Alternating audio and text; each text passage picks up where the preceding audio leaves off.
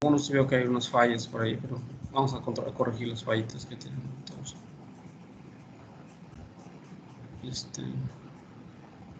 ¿Qué pasó con qué no hace? Muy bien, adelante entonces, ya se ve la imagen en la pantalla, si quieren. Sí.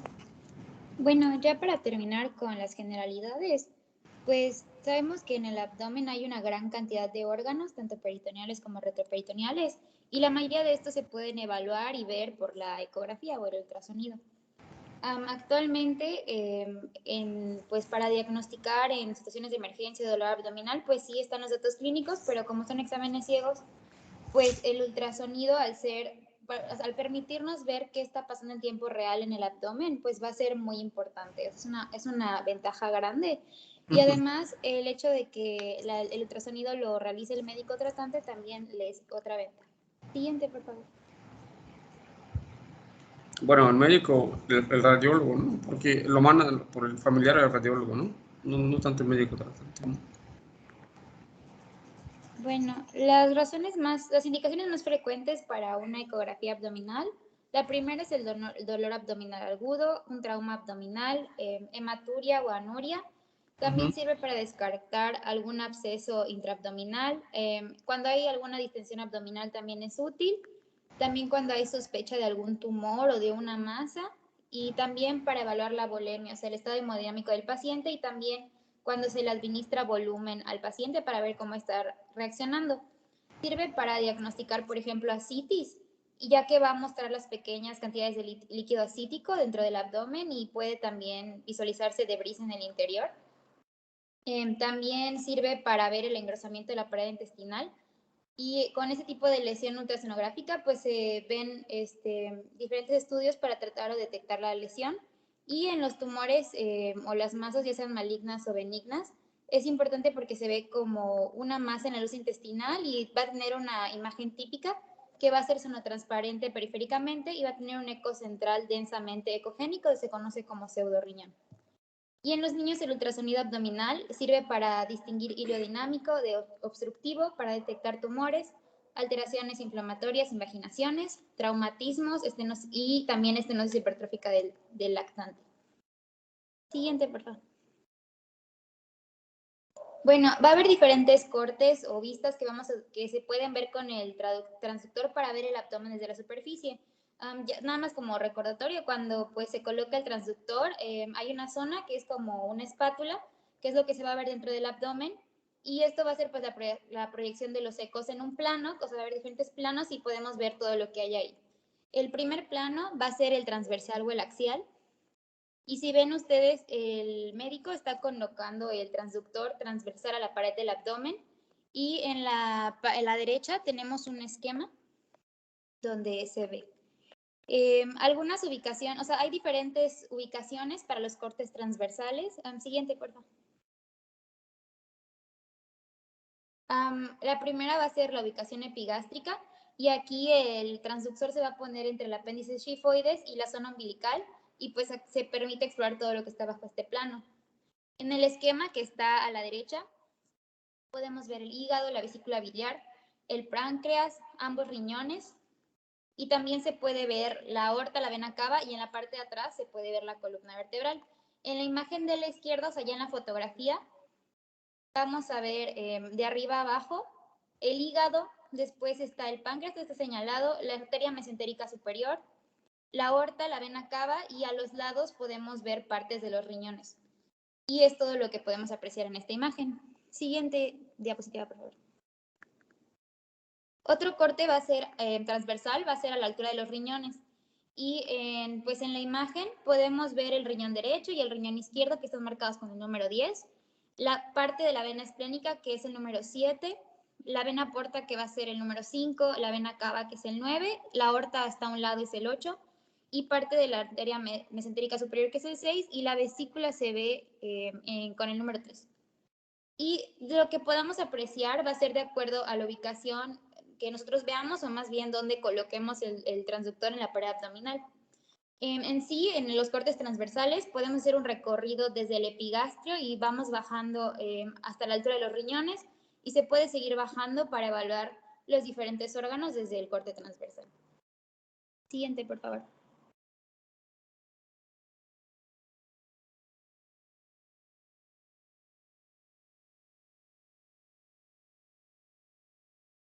Bueno, el siguiente corte pues es el longitudinal o sagital, y aquí el transductor se va a pues colocar longitudinalmente a la par del eje corporal, y podemos colocar igual el transductor en diferentes zonas de la pared abdominal, pero siempre y cuando esté paralelo a este eje. En el ejemplo de la imagen de la derecha, podemos ver pues igual la manera de espátula, cómo se proyecta, y aquí se puede ver la vena cava inferior. Y como es un examen dinámico, aquí se puede ver el hígado, o sea, cómo se van moviendo el hígado y la vena cava en tiempo real.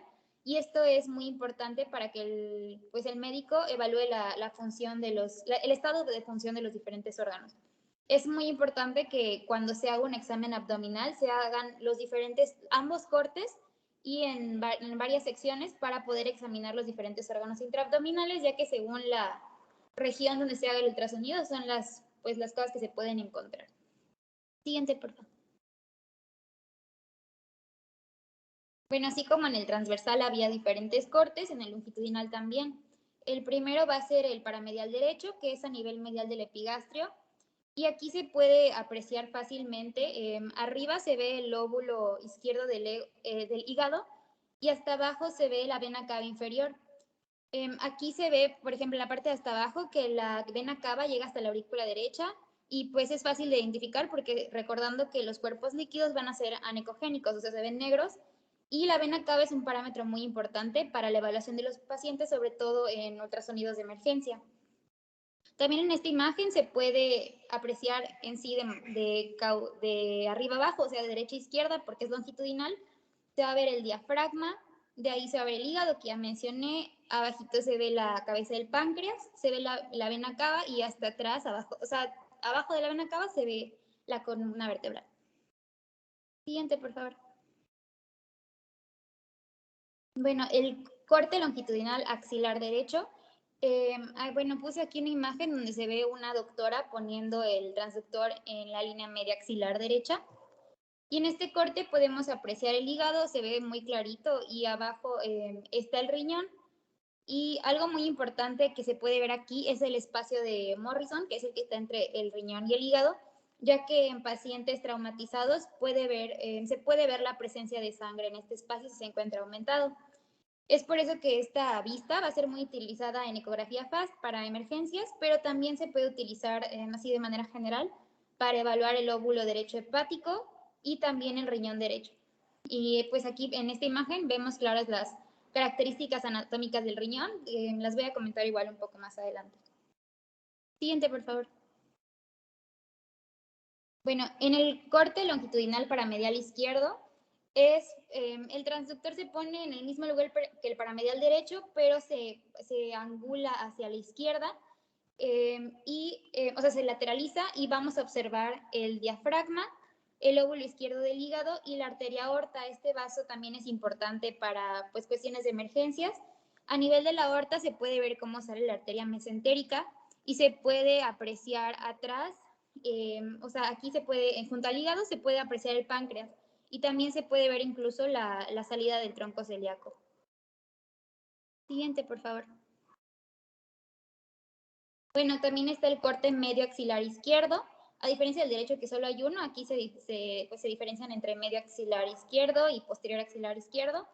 Y pues recordando, en el derecho se veía el hígado y el riñón derecho, pero en el lado izquierdo pues vamos a apreciar el vaso y el riñón izquierdo. Ubicar el vaso va a ser más difícil que ubicar al hígado, porque para empezar está más alto, entonces se suele esconder de las costillas, y además pues al ser más pequeño que el hígado, pues es menos sencilla su exploración. Esta vista se utiliza sobre todo para buscar lesiones esplénicas o sangre libre en la cavidad. Siguiente, por favor. Y ya para terminar con los cortes, el longitudinal axilar posterior izquierdo, va a ser, pues se ve en la imagen que lo ponen el transductor un poquito más posterior y un poquito más arriba, y se va a utilizar cuando no podemos ver fácilmente el vaso con el corte anterior, con el medial, por lo mismo de que el vaso puede ser un poquito difícil de apreciar. Y en la imagen se puede ver el diafragma, es la línea hiperecogénica que vemos a la izquierda, Y todo lo que vemos a la derecha pues va a ser el vaso, aún más a la derecha vemos el riñón izquierdo, y entre el vaso y el riñón podemos apreciar el espacio esplenorenal, que va a ser un espacio virtual que, al igual que el espacio de Morrison, va a ser importante para ver si hay líquido que se acumule en esta zona, o sea, especialmente sangre. También vemos que en la región cefálica, por el hecho de que es más alto, pegado a la izquierda, eso ya es espacio pleural, ese triangulito que se ve en la esquina inferior izquierda. Entonces lo que estamos viendo es el lóbulo inferior del pulmón izquierdo. Bueno, antes de pasar a la anatomía ultrasonográfica, esto es importante porque, por ejemplo, en casos de dolor, podemos evaluar pues, los órganos que están tanto en el retroperitoneo como en la cavidad peritoneal, y esto es importante para lograr hacer un examen abdominal completo y podamos identificar qué alteraciones hay, ya que según la ubicación pues varía la estructura afectada. Nada más como ejemplo, si está en el epigastrio, pues suele ser una úlcera gástrica, pancreatitis, una hernia epigástrica, y así en cada uno de los cuadrantes pues vamos a encontrar diferentes alteraciones. Y pues ahora que ya tenemos los diferentes cortes, es importante que pues aprendamos a reconocer las estructuras anatómicas normales en abdomen. O sea, ya vimos dónde está cada una, pero pues cada una tiene diferentes características que van a hacer más fácil pues reconocerlas, ¿no? En el cuadrante superior izquierdo, pues el vaso va a ser inferior al diafragma, va a ser anterior al diafragma y va a estar medial a este órgano. Y el riñón izquierdo va a estar inferior y medial. También podemos ver la cola del páncreas. Esta va a estar posterior al estómago y al saco menor y se va a aproximar al hilo esplénico. Los riñones, su apariencia más característica va a ser el seno renal. Tengo una imagen, o sea, del lado derecho, la de hasta abajo a la derecha. Ahí se puede ver el seno renal, que va a ser una zona central ecogénica, y va a estar rodeado del parénquima renal, que va a ser un poco más sonotransparente. Y ahí se pueden ver varias imágenes sonotransparentes más chiquitas, que son las pirámides renales. En las bordes de las pirámides, pues se suele identificar un denso eco lineal, y esto va a representar los vasos arcuatos. Y los límites renales no van a estar claramente definidos porque tienen la cápsula que suele ser fuertemente ecogénica. Siguiente, por favor. Bueno, en el cuadrante superior derecho, aquí la mejor ventaja acústica va a ser el hígado, y el parénquima normal hepático va a ser más ecogénico que el del riñón, y se va a ver interrumpido por las ramas del sistema porta, que van a ser estructuras tubulares que tienen márgenes altamente ecogénicos. La vena porta, que bueno, ya sabemos que es la unión de la esplénica y la mesentérica superior, se va a encontrar anterior a la arteria mesentérica superior y se dirige hacia la derecha, hacia arriba, y va a estar junto al ligamento hepatoduodenal, y esta va a ser la que separa el óvulo caudado de la porción anterior del óvulo hepático izquierdo.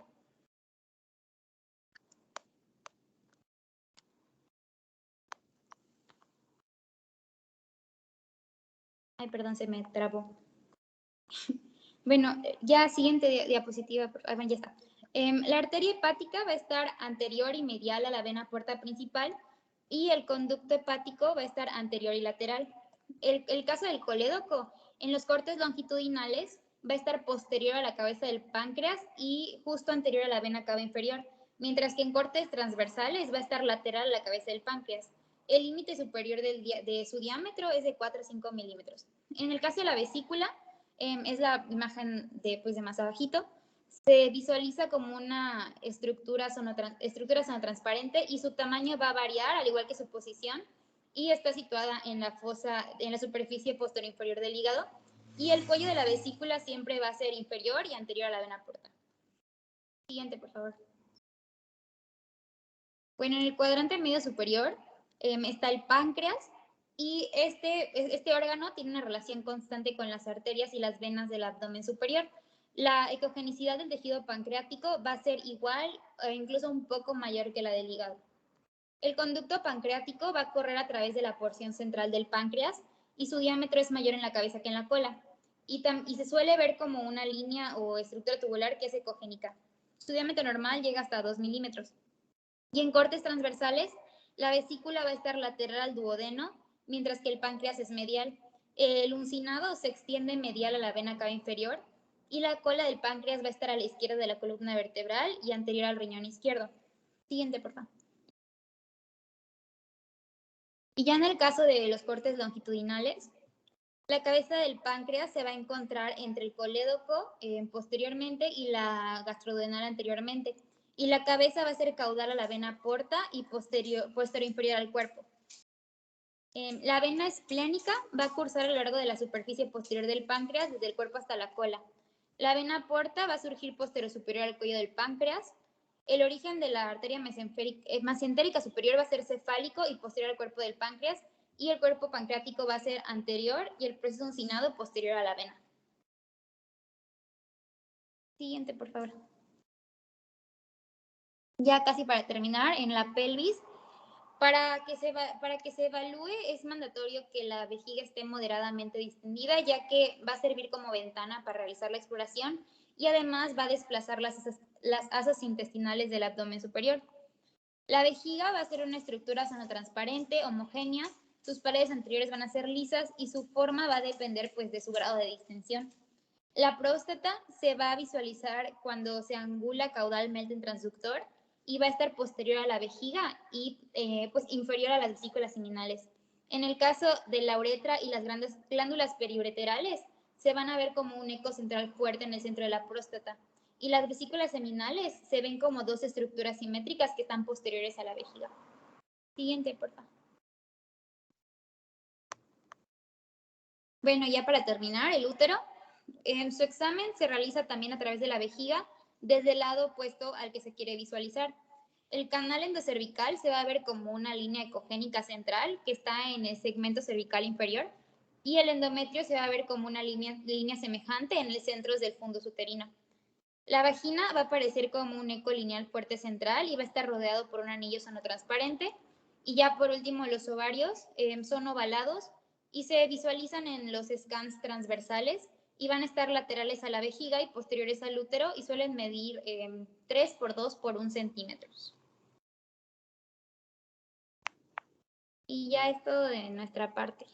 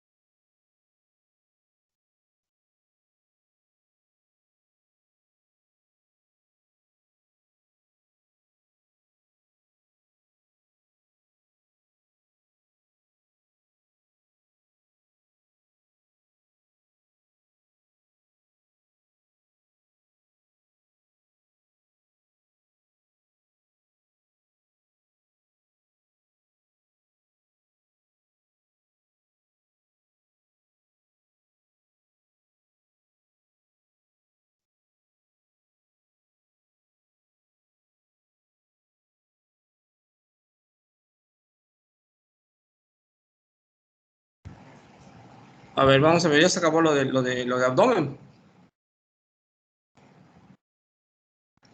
Bueno. Sí, doctor, lo que pasa es que la clase pasada expusimos el resto, ya lo mío era lo único que faltaba. Bueno. Solo faltaba ecografía. A ver, vamos a ver este detallito. Entonces, acá, pues, muy bien, Mari. ¿Quién habló? Marisabel, ¿no? ¿Quién No, Mari Carmen. para Mari Carmen, perdón, pensé que Marisabel. Ok, muy bien, ya Mari Carmen ya les platicó ahorita. Más que nada, esa fue la parte técnica, Mari, ¿verdad? Nos habló de los cortes de la ecografía, ¿no? Es interesante. Realmente, pues, es bueno que lo sepan, pero no es chamba de un médico familiar, ¿verdad? Es chamba de un radiólogo, ¿verdad? Pero es bueno que tengan idea. Ya, eso no se aprende solamente con una cosa así. Eso hay que hacerlo y hacerlo 20,000 veces. Pero sí me interesan otras cosas, ¿verdad? Pero que nada, lo que tiene que saber a nivel básico, ¿no? ¿Cómo debe estar preparado el paciente para un estudio de abdomen?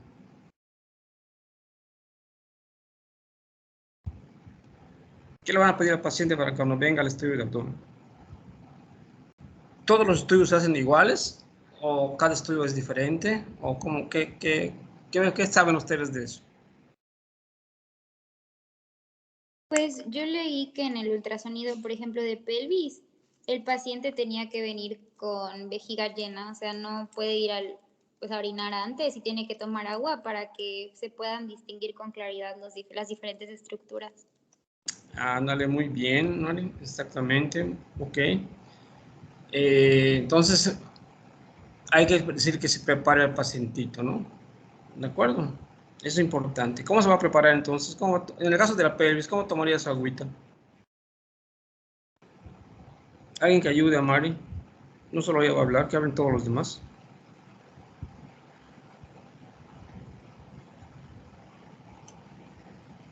A ver, Paula.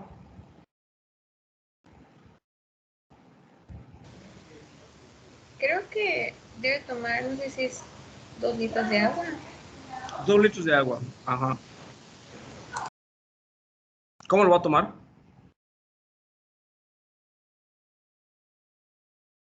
Se lo toma así y ya estuvo. ¿Cómo lo va a tomar? Vean que las cosas más insignificantes son las más importantes. Y no hemos comenzado con ver eso.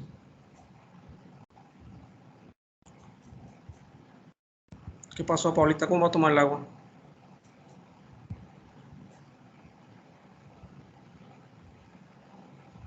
¿Pero a qué se refiere con cómo? O sea, agua simple ¿Qué o pasó? inmediatamente antes. ¿A qué se refiere con cómo? O sea, inmediatamente antes o a qué se refiere? Una Ajá. noche antes. O sea, imagínate que estás en la consulta, tú eres el médico familiar, estás en la consulta, ¿no? Y le dices a tu paciente, le voy a mandar un ultrasonido pélvico. Le das la orden y le dices, le vas a hacer su estudio mañana a las 9 de la mañana. Y ya ahí comentaron muy bien, perfectamente, que tiene que venir con su vejiga llena, ¿verdad? De líquido, de agüita, por decir así, agua, ¿no? Y ya, y se va la paciente así. Si se va la Tiene paciente que así, ser. Ajá. si se va la paciente así, pues ella va a tomar el agua como yo le di a entender, ¿no?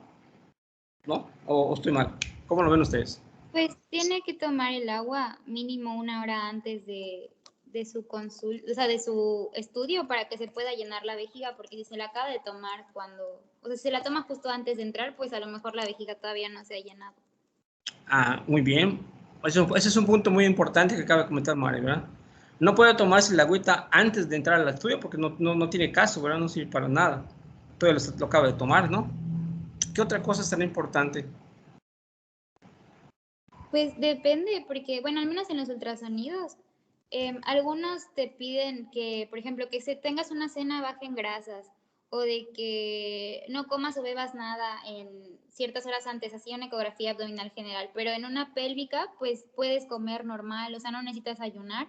Ok, Y correcto. puedes tomar los medicamentos normales, pero igual había algunos, por ejemplo, para masas o tumores o quistes, que no podías tomar ningún medicamento como aspirina que pudiera afectar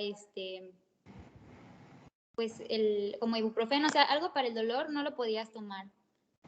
Muy bien, Mari, muy bien. Pero no, o sea, no recuerdo exactamente cada uno, pero cada uno de los estudios tenía como especificaciones, o sea, no para todos era igual. Ok. ¿Alguien más que quiera ayudar a Mari? A ver, Saraí. Pues, O Marisabel. A ver, Mari, ¿qué pasó? A ver, Marisabel. pues para las radiografías en general, pues siempre piden que no lleven joyas o cosas de metal, e igual para el ultrasonido, por ejemplo, igual piden que lleven ropa holgada, que ya son como indicaciones más generales. No te escucho claro. Si puedes hablar un poquito más fuerte, por favor. ¿Qué dijiste? ¿Qué es lo que... Si puedes repetir lo que comentaste, si eres tan amable, porfis. Sí, perdón. Habla Que en fuerte. indicaciones más generales, pues menciona que, por ejemplo, en las radiografías, pues lo típico que piden es que no usen joyería o artefactos de metal, o igual tipo en ultrasonidos, igual ropa holgada, que son como que indicaciones muy generales. Ok. Bueno, eso no va tanto para el ultrasonido, ¿no? Pero vamos a ver. Ok, eso es otro punto de vista, está bien. Un comentario más, a ver, Alan.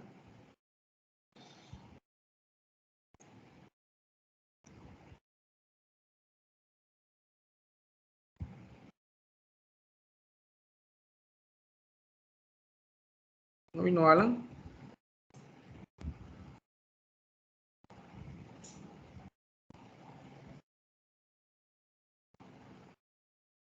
A ver, Silvia. Silvia Marisol. Sí. ¿Qué más quieres agregar a lo que ya comentaron? Muy bien, Mari. Bueno, hay dos Maris, ¿no? Mari Isabel y Mari Carmen, algo así.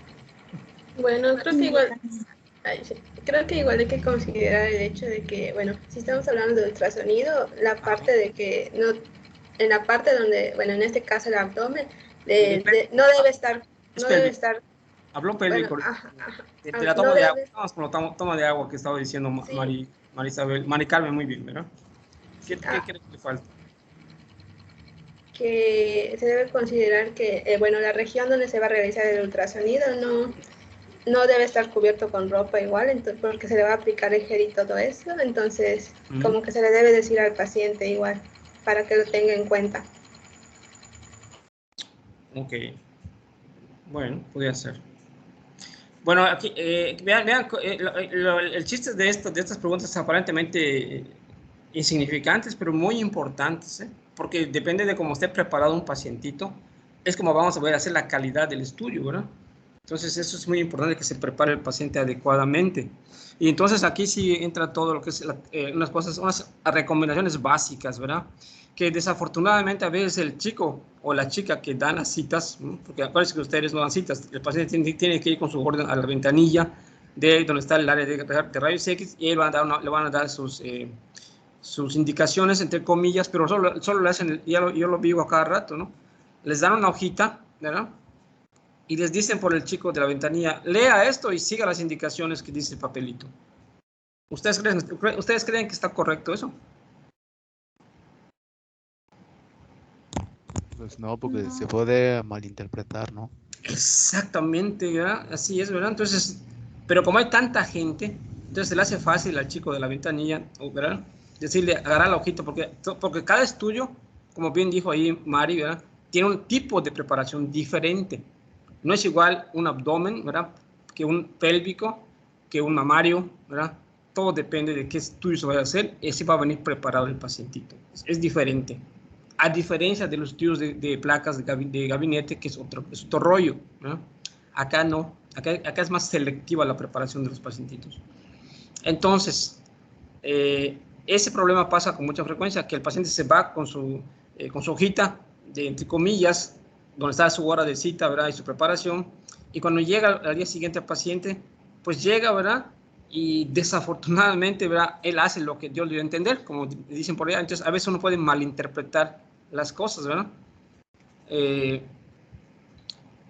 veces ha pasado cosas, incluso en las placas, pues, entre comillas, cómicas, pero a la vez desafortunadas, ¿no? Cuando a un paciente le dicen que se dé un enema rectal, o un lavado a veces ¿cómo se llama? Con el recto, a veces ellos no saben qué es darse un lavado del recto. Y entonces hay gente que no lo entiende y cree que darse un lavado del recto es tomarse el agua jabonosa, el líquido que se debe poner por el vía rectal para que lave el recto, ¿verdad? Entonces hacen cada cosa que realmente pues, es cómico, pero a veces está mal, ¿no? Entonces son cosas que, ¿por qué? Porque no le asesoraron al paciente lo que tiene que hacer. En este caso, poner un ejemplo, el ultrasonido pélvico, ¿verdad? Es algo que se pide a cada rato.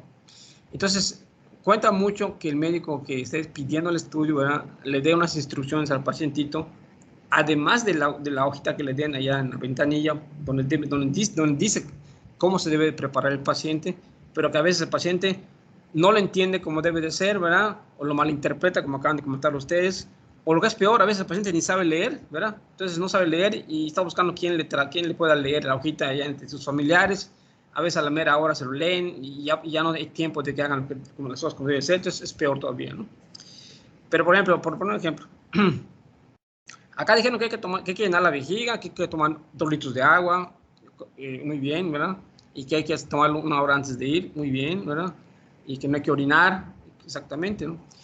Pero acá hay una cosa muy importante con los líquidos. Hay que tener mucho cuidado con los líquidos, ¿verdad? Porque esto a veces puede dar problemas cuando se va a hacer el estudio. Por lo general, a nivel sector salud, ¿verdad? Se pide que el paciente tome agua, ¿verdad? Para que llene su vejiguita. Y es buena el agua, es muy buena, compre su botella de agua, ¿verdad? Y se la va a tomar. Pero aquí viene el chiste, ¿verdad? ¿Cómo se va a tomar el agua? No es agarrar la botella, ¿verdad? O su pichel de agua o su jarra de agua, ¿no? Y mucha gente agarra su agua, ¿verdad? Y se la toma y se la empina de golpe, se toma su litro, ¿verdad? O litro y medio de agua, ¿verdad? Una hora antes, como dicen por ahí del estudio, ¿verdad? Y se la bebe de golpe. ¿Y qué pasa? Que se la está tomando, ¿verdad? Y como se la está tomando forzadamente, ¿verdad? Se está echando ese litro y medio, 2 litros a veces de agua de golpe. ¿Qué va a hacer el agua? De entrada es un material inerte, ¿verdad? Y va a hacer que el estómago se distienda y sobrepase su capacidad de golpe, ¿verdad? No lo pueda asimilar el estómago tan rápidamente. Entonces va a sobresaturar su estómago y ¿qué va a hacer? Entonces al revés le va a dar ganas de vomitar esa agua, ¿verdad? No la va a poder tomar adecuadamente. Entonces el agua no se toma así, ¿verdad? El agua o el líquido que va a tomar se toma de poco en poco, de poquito en poquito. Paso número 1. Paso número 2. Cuando se toma ese agua, ese líquido, se sugiere al paciente que se lo tome con su desayuno, una parte de esa agua con su desayuno, ¿verdad? Para que no lo tome todo junto, ¿verdad? Entonces, está desayunando y se toma una parte de sus 2 litros o de su litro y medio de líquido con su desayuno o con su comida, lo que vaya a hacer. Y el resto, ¿verdad? De lo que le quede, se lo va a tomar de poco en poco, ¿verdad? Pero continuamente, ¿verdad? Y de preferencia, se va a tomar esa agüita, ¿verdad? Caminando y de pie, no sentado, ¿verdad? O mucho menos peor, acostado, ¿verdad? Porque entonces estás tomando ese líquido y ¿qué hace? Se va a sentar en su estómago, ¿verdad? Y ahí se va a quedar. Y para que el agua baje de tu estómago a tu riñón, lleva tiempo. Y luego de tu riñón a tu vejiga lleva otro tiempo. Entonces eso es muy lento, ¿verdad? Yo en lo particular, a mis pacientes particulares, ¿verdad? Yo no les indico que tomen agua, porque el agua, como es un material inerte, ¿verdad? Tarda mucho en digerirse, ¿verdad? En bajar a la vejiga. Hay quienes tienen metabolismo rápido y lo pueden bajar más rápido, pero mucha gente, ¿verdad? Toma agua y lo toma una hora antes, a veces hasta hora y media antes del estudio. Y cuando va conmigo al que le hagamos el ultrasonido pélvico, la vejiga no está llena, apenas se está comenzando a llenar la vejiga, porque tarda mucho el agua en bajar. Es muy lento el proceso con el agua. Entonces hay que mandar al paciente a que se vaya afuera a seguir tomando un poco más de agua y lo pongo a caminar, porque se tomó el agua ahí sentada viendo la televisión o se la tomó acostada viendo la tele, ¿verdad? O leyendo el periódico. Entonces es lo peor que puede hacer un paciente. Hay que tomarse ese líquido, ¿verdad?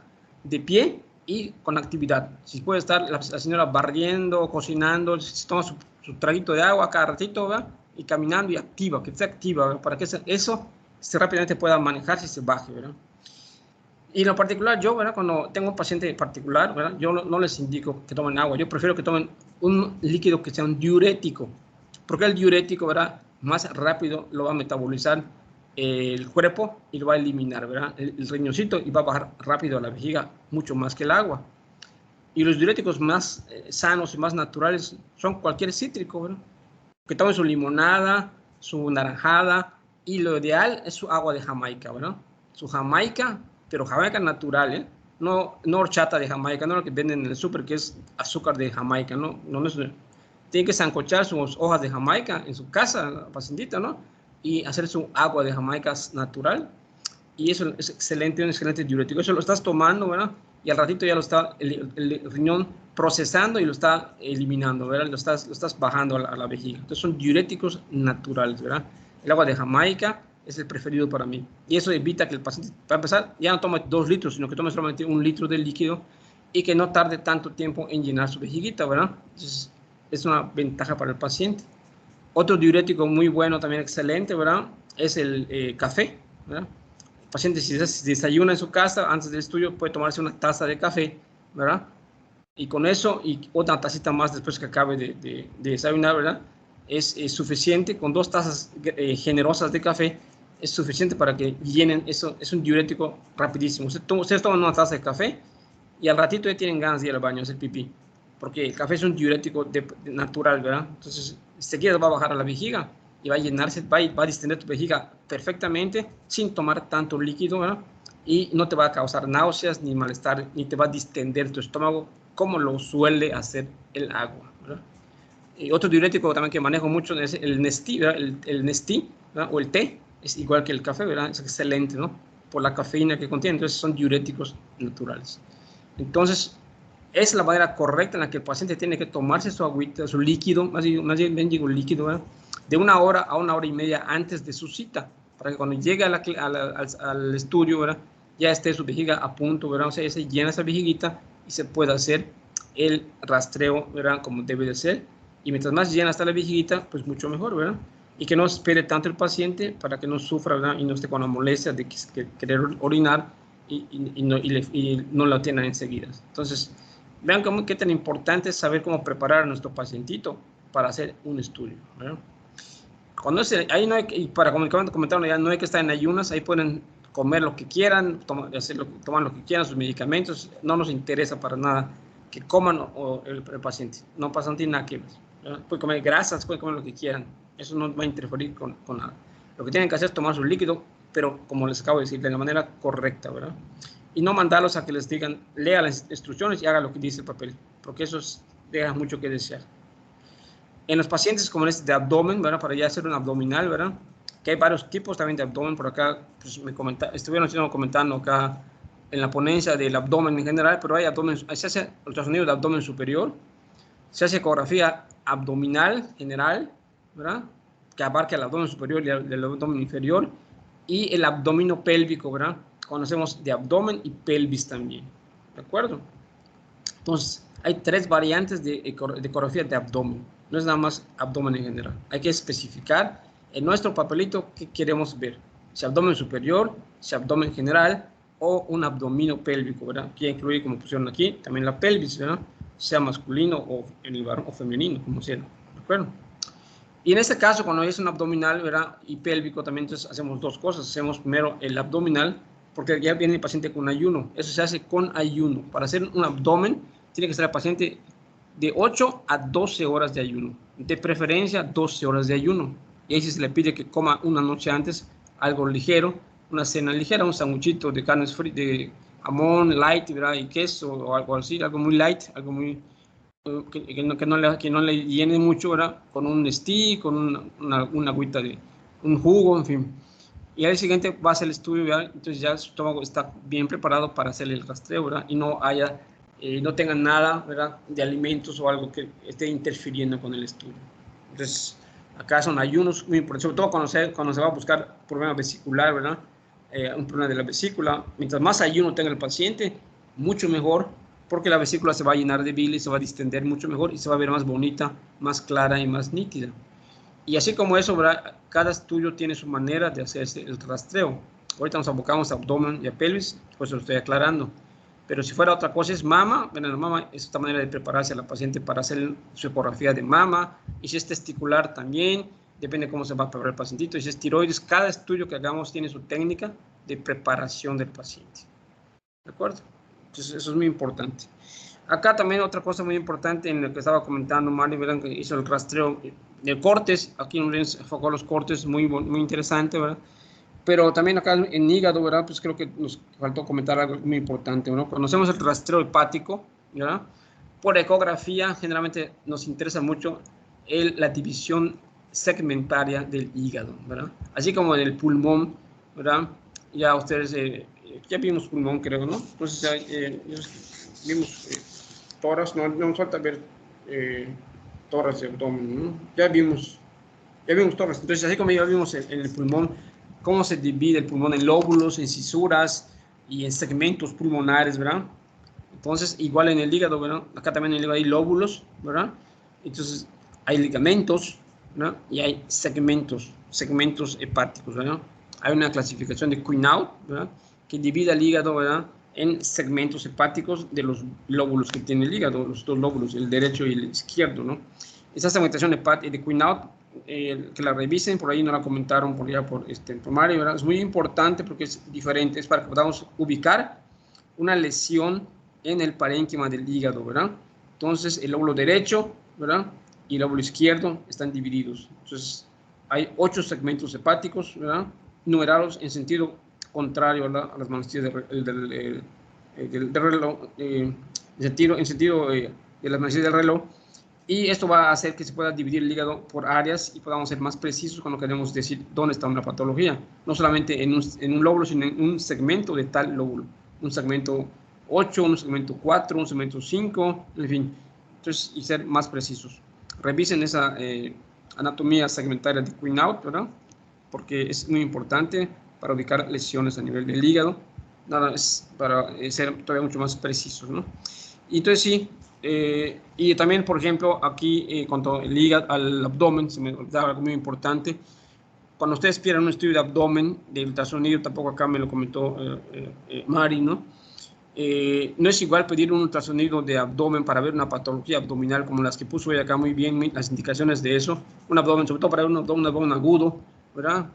El que sea, por algún proceso infeccioso, tumoral, traumático, lo que sea, a pedir un ultrasonido para ver un proceso de tipo inflamatorio, ¿verdad? Sobre todo los inflamatorios. En particular, cuando queremos ver una apendicitis o algo por el estilo, por allá, una hernia que se esté estrangulando, algo por el estilo, ¿verdad? Del abdomen. Entonces ya no vamos a pedir una ecografía de abdomen o abdominal, ¿verdad? Vamos a pedir una ecografía de qué tipo. ¿Cómo lo pedirían ustedes?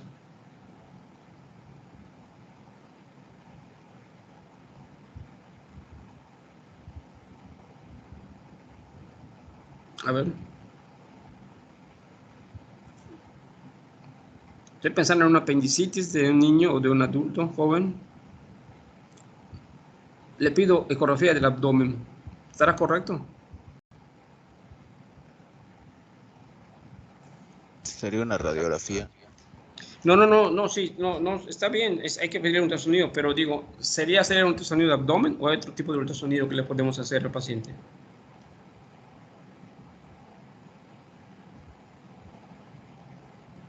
Voy a arrastrar el abdomen.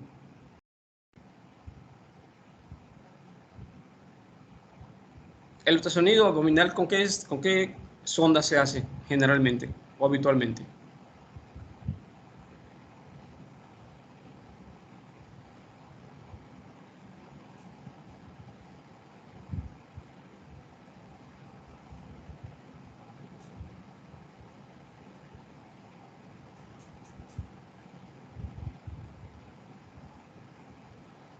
¿Qué pasó? Con la convexa. ¿Perdón? Con la convexa. Con la convexa, ¿verdad? Porque voy a ver profundidad. Acuérdense que en el abdomen que voy a ver estructuras profundas, ¿verdad? Y la convexa o la sectorial son las idóneas para ver cosas profundas, ¿verdad? Porque tienen ¿verdad? Baja frecuencia, bajos megahertz, ¿verdad? Una sonda convexa anda entre los 3 a 5, 6 megahertz, ¿verdad? Es idónea para hacer un estudio de abdomen, ¿verdad? O sea, voy a ver cosas profundas. Acuérdense que puede agarrar hasta 15, 20 centímetros de profundidad. El asónico, ¿ok? Ver estructuras de retroperitoneo, riñones, páncreas, en fin. ¿Okay? Pero yo voy a ver a una paciente que tiene una apendicitis. ¿Será el mismo estudio que voy a hacer?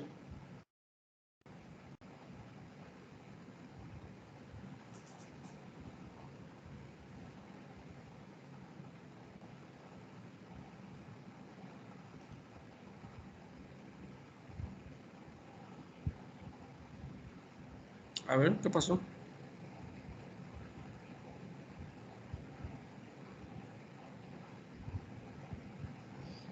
¿Qué opinan?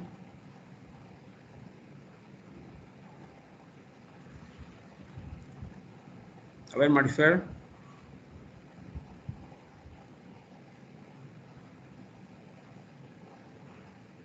Pues sí, se evaluaría el apéndice con un ultrasonido pélvico, ¿no?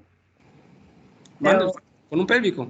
ajá, Eso pedirías. Bueno, sí, ok. pero no sé si corre, bueno, no, la verdad no sé si corre riesgo de que se pueda reventar, no sé si es, por ejemplo, si es apendicitis, no sé. Ok, muy bien, Mari. Bueno, está bien. Otra opinión aparte, una más para ya darle la respuesta. A ver, Diana, ¿qué opinas?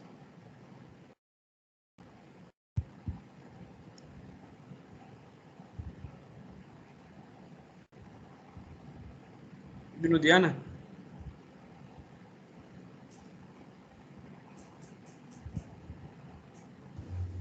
El doctor me dijo que tiene problemas con su internet. ¿Perdón? Me comentó que tiene problemas con su internet, está fallando. Ah, caray. Bueno, él que está hablando, ¿qué opina? Sobre la ecografía de... Bueno, yo pensaría que sí puede ser de abdominal, pero enfocado pues en la zona del apéndice. Así como comentaba mi compañero, pues sí, a lo mejor con relativo cuidado allí, por si existe el riesgo de no sé, que se reviente o hay algún derrame, como comentaba. Bueno, muy bien. Ese es el chiste de esto, ¿no? Que ustedes sepan pedir las cosas, ¿no? Que ustedes aprendan a pedir las cosas antes que nada, ¿no? Acá cuando tenemos un paciente que tiene una apendicitis o una hernia por decirlo estrangulada o un cuadro abdominal agudo de ese momento, ¿verdad? Sea de partes blandas sobre todo, ¿verdad? O de pared del abdomen, vamos a hacer una ecografía de pared abdominal. Ya no es un estudio de abdomen superior, ni abdominal, ni abdominopélvico, ¿verdad? Vamos a hacer un estudio de pared abdominal porque vamos a ver estructuras más superficiales. Y ya no vamos a hacer un estudio con sonda convexa ni sectorial, como se hace en la ecografía abdominal, sino lo vamos a hacer con una sonda lineal, ¿verdad? Porque vamos a ver el área cecal, el apéndice, ¿verdad? A ver cómo está ese apéndice, si es un apéndice que está patológico o está normal, para descartar o confirmar una apendicitis. Entonces aquí ya cambia la situación, ¿verdad? Aquí ya no tiene que ser un convexo, sino hacemos un rastreo de pared del abdomen o pared abdominal, ¿verdad? Y eso cuando lo ve el radiólogo, entonces ya sabe, ¿verdad?, qué va a hacer, ¿verdad? Ya no va a ser un rastreo del abdomen per se, sino que va a enfocarse, ¿verdad?, pues al área del ciego, al área cecal, a la fosa ilíaca derecha, ¿verdad?, para buscar cómo está ese apéndice y ver si tiene algún problemita, ¿no?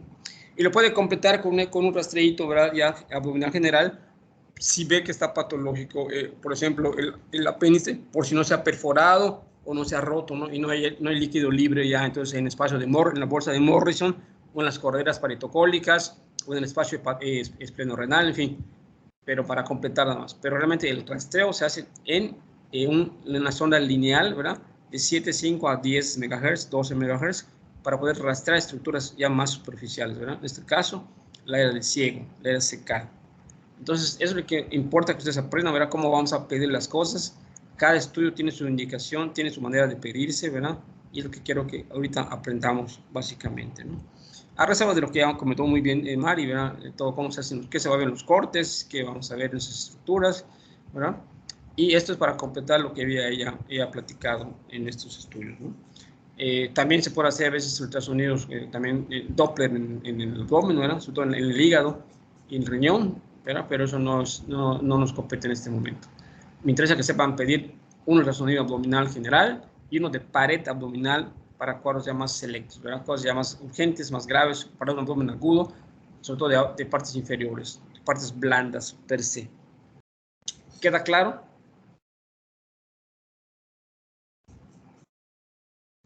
Sí, doctor. ¿Sí? No es lo mismo una cosa que otra. Cada cosa tiene su indicación. Muy bien, ¿ustedes tienen alguna pregunta de lo que explicó muy bien Mari, de su tema que dio de ecografía abdominal? ¿Algo que quieran preguntarle o que no quedó claro? Por mi parte, no, doctor. ¿No? Muy bien.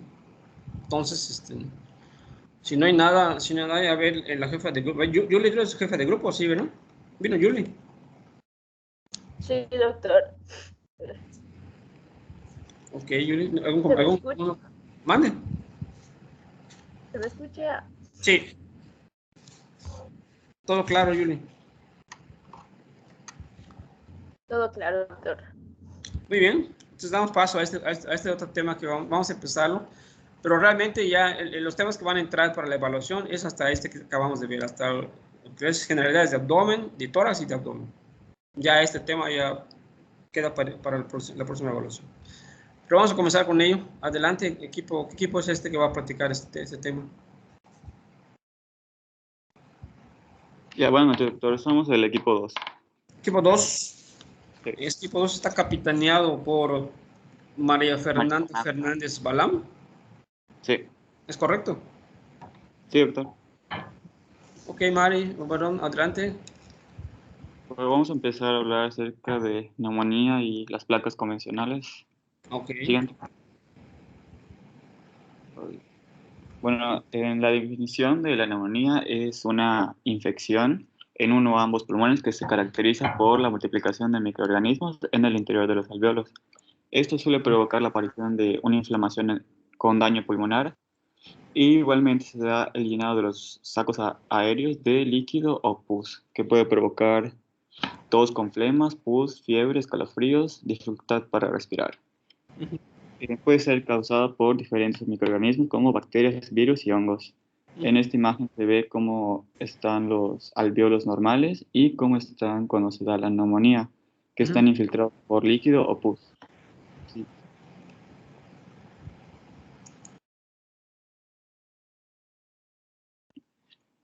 Hablando del diagnóstico radiológico de la neumonía, acá desde el punto de vista radiológico, las neumonías pueden dividirse de acuerdo a la imagen que produzcan.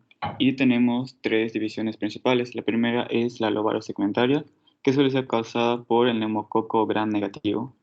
La segunda es la neumonía de focos múltiples, que puede ser causada por diversos microorganismos como estafilococo gram negativo, por hongos.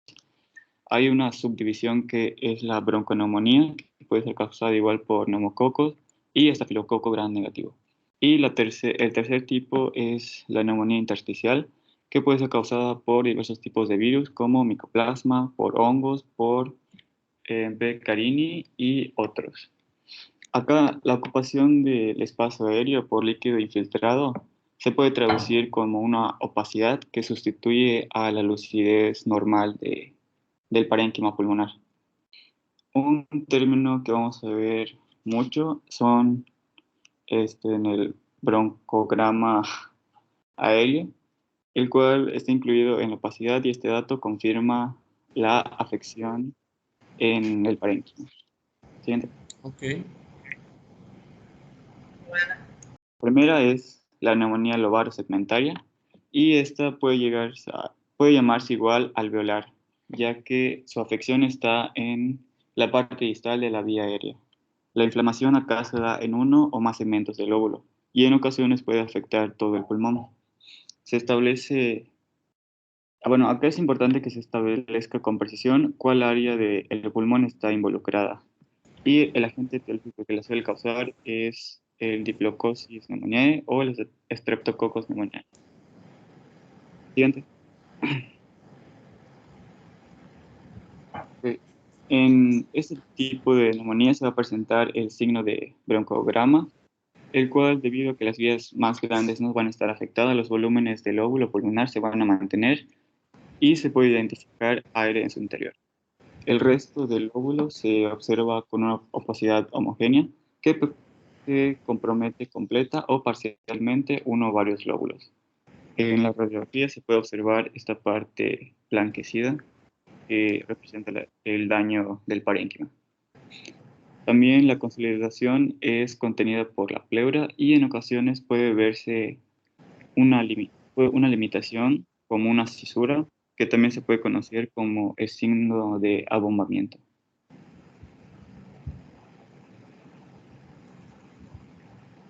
La segunda neumonía es la de focos múltiples. Esta igual afecta el parénquima pulmonar, pero en más de 2 sitios. Como podemos ver en la imagen, pues son pequeños sitios del parénquima afectados que están distribuidos por todo el pulmón. Acá hay una separación entre ellos, generalmente son bilaterales, y acá hay opacidad en los bordes, por lo cual no se pueden definir muy bien. Y por eso mismo es difícil catalogar qué región específica está afectada. Acá se puede dar diseminación por vía hematógena y el agente etiológico que la suele causar es el Staphylococcus aureus.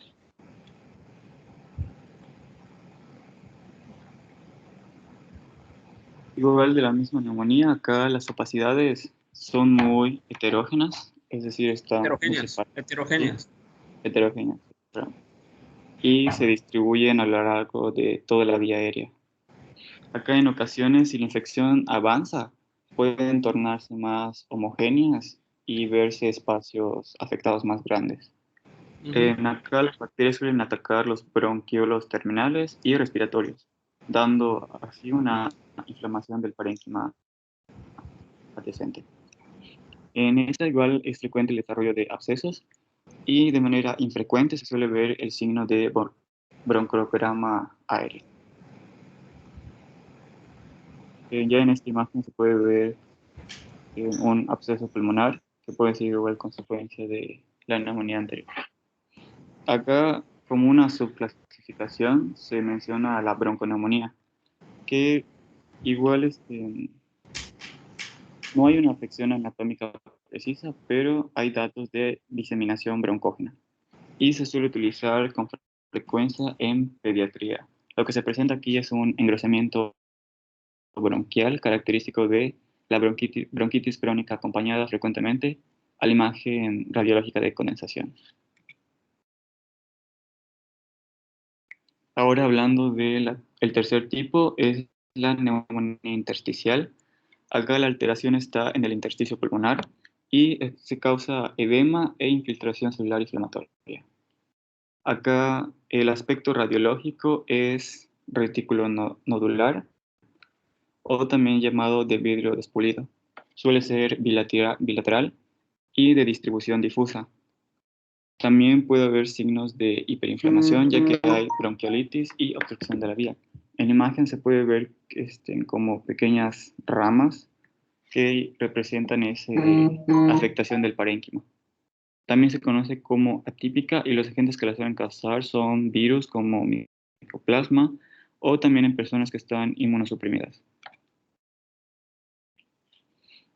Una neumonía extra que se mencionaba era la neumonía por aspiración, la cual se daba con secundaria a la inhalación de contenido gástrico o de material orofaríngeo directamente a la laringe y a la vía aérea inferior. Acá se presentan opacidades difusas, bilaterales de ambos lados y simétricas de distribución periliar, que como vemos empieza más o menos por el ilio y que van avanzando hacia el interior del pulmón. Y también su predominio es basal derecho. Y ahora, gracias. Del anterior, disculpe. Bueno, ahora hablamos de la neumonía neumocócica. Es principalmente del Streptococcus pneumoniae, en el cual las características de esta neumonía es que va a tener una consideración del tejido pulmonar, que va a ser circunscrita, o sea, va a estar delimitada, va a ser homogénea, como se puede observar en la imagen, y no va a ser segmentaria, va a ser principalmente lobular. Las sustancias habituales en los segmentos basales se van a encontrar, y puede haber signo de broncograma aéreo, y del 15% de los casos, pequeñas cantidades de líquido pueden encontrarse en las radiografías de cúbito lateral, aunque no es muy frecuente. Y el empiema y la necrosis son bastante raras en este tipo de neumonía. En la siguiente imagen podemos ver la neumonía cócica. Como podemos ver acá está la consolidación en el lóbulo superior derecho y en el izquierdo iba a decir, pero no, es así no, casi me equivoco. La siguiente diapositiva tenemos otra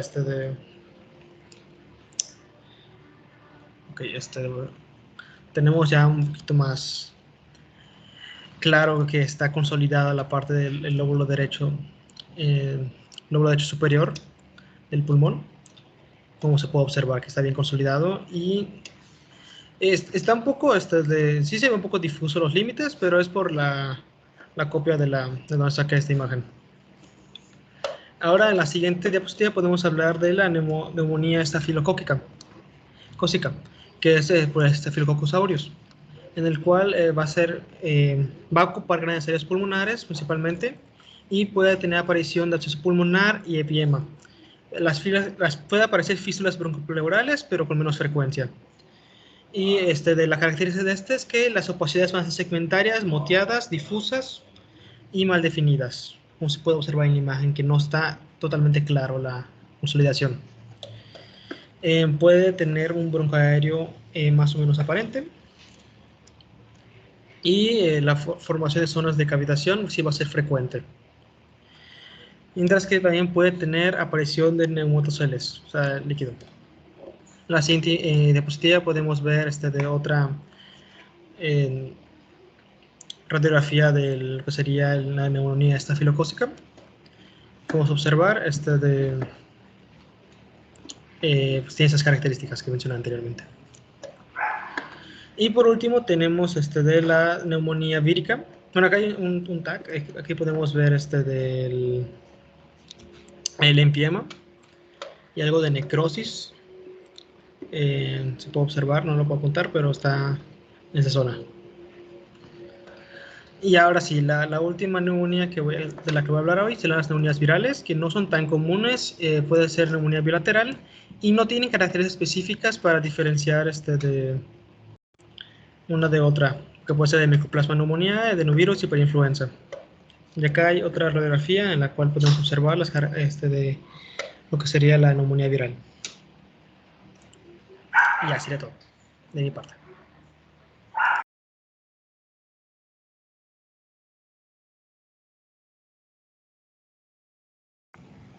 ¿Alguna pregunta de neumonías?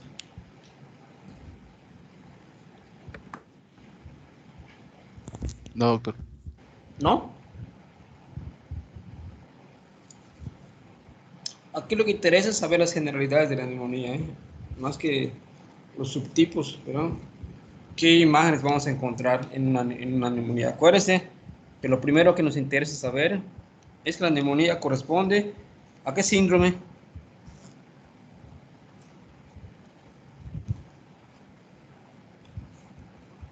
¿Condensación?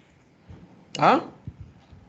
¿Síndrome de condensación o a qué se refiere? Condensación o consolidación pulmonar, ¿verdad? Es lo primero que tenemos que saber. ¿De acuerdo? Eso es el objetivo, son las cosas generales, ¿verdad? Las generalidades del tema, ¿no?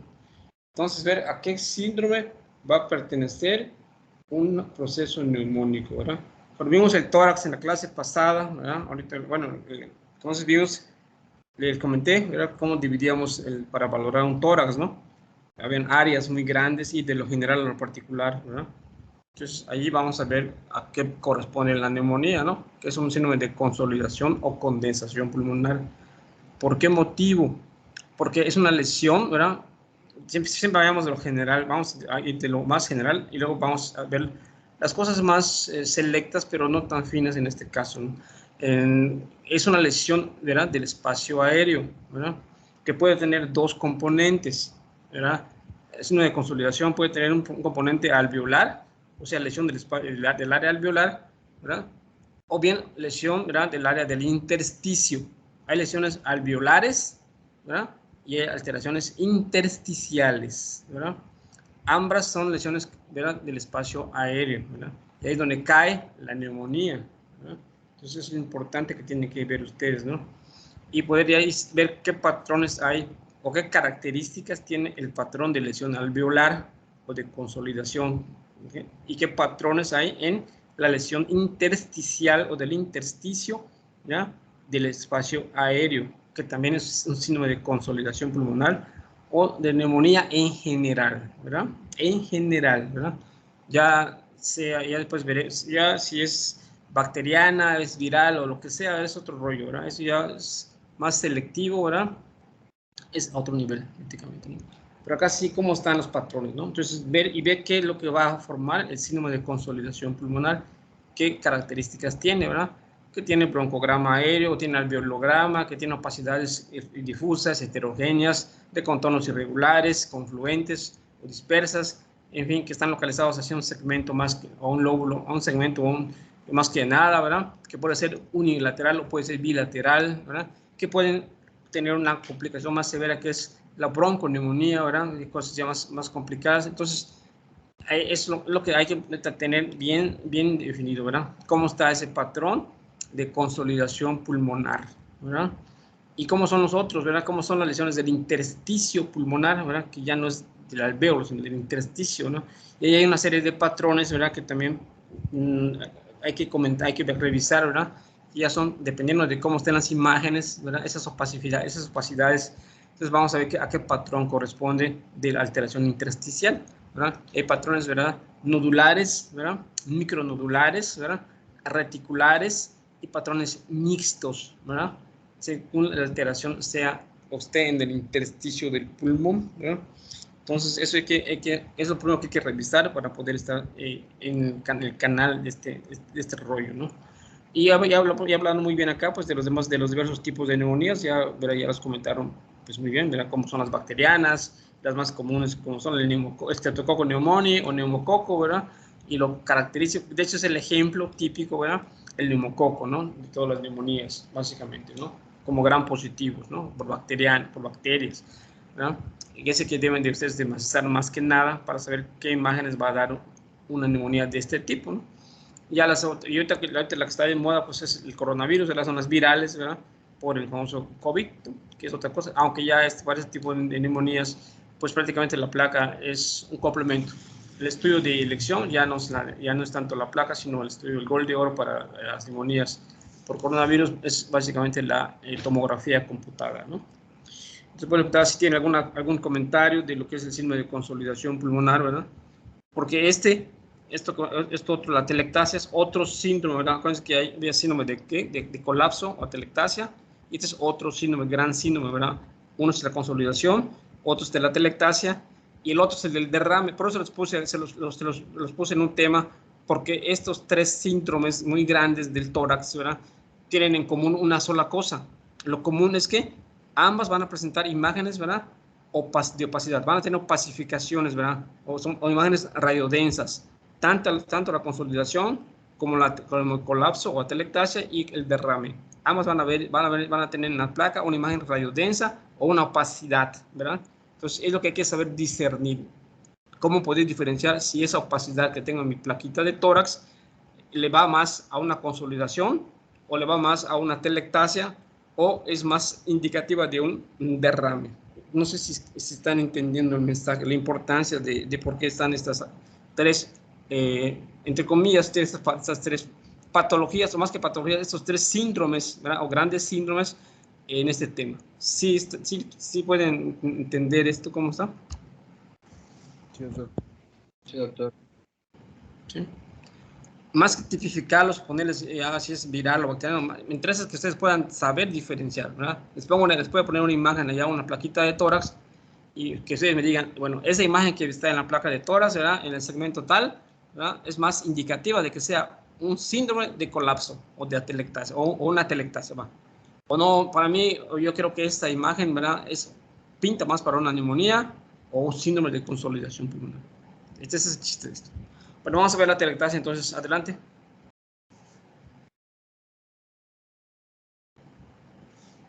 Bueno, pues vamos a hablar de atelectasia, que pues atelectasia es el colapso de una región pulmonar o ya sea o el colapso masivo de uno o ambos pulmones, ¿no? Y va a imposibilitar lo que es el intercambio gaseoso. Entonces, pues aquí vamos a ver algunos tipos de atelectasia, que no es como que lo relevante, ¿no? Después viene lo importante. Tenemos la que es por reabsorción, donde hay oclusión completa de la luz bronquial, que puede ser causada por neoplasias, tapones mucosos o aspiración de cuerpo extraño. Tenemos la que es por relajación, donde pues el pulmón va a ser incapaz de expandirse por alguna compresión. Y tenemos a la pasiva y a la que es por compresión propiamente, que la pasiva se debe a una enfermedad que cause alguna lesión en la pleura, puede ser un derrame o un neumotórax, y por comprensión es por una enfermedad causante del colapso en el parénquima del pulmón. Y pues las causas pueden ser hiperinsuflación, efisema o neoplasia. Luego tenemos la no obstructiva o adhesiva, que es la incapacidad del pulmón para expandirse porque hay un déficit de surfactante que puede ser causado por un síndrome de dificultad respiratoria aguda o membrana hialina. Y por último tenemos el cicatricial o fibrótico, que es pérdida de volumen pulmonar, pues por fibrosis, si no va a haber elasticidad ni capacidad para expansión.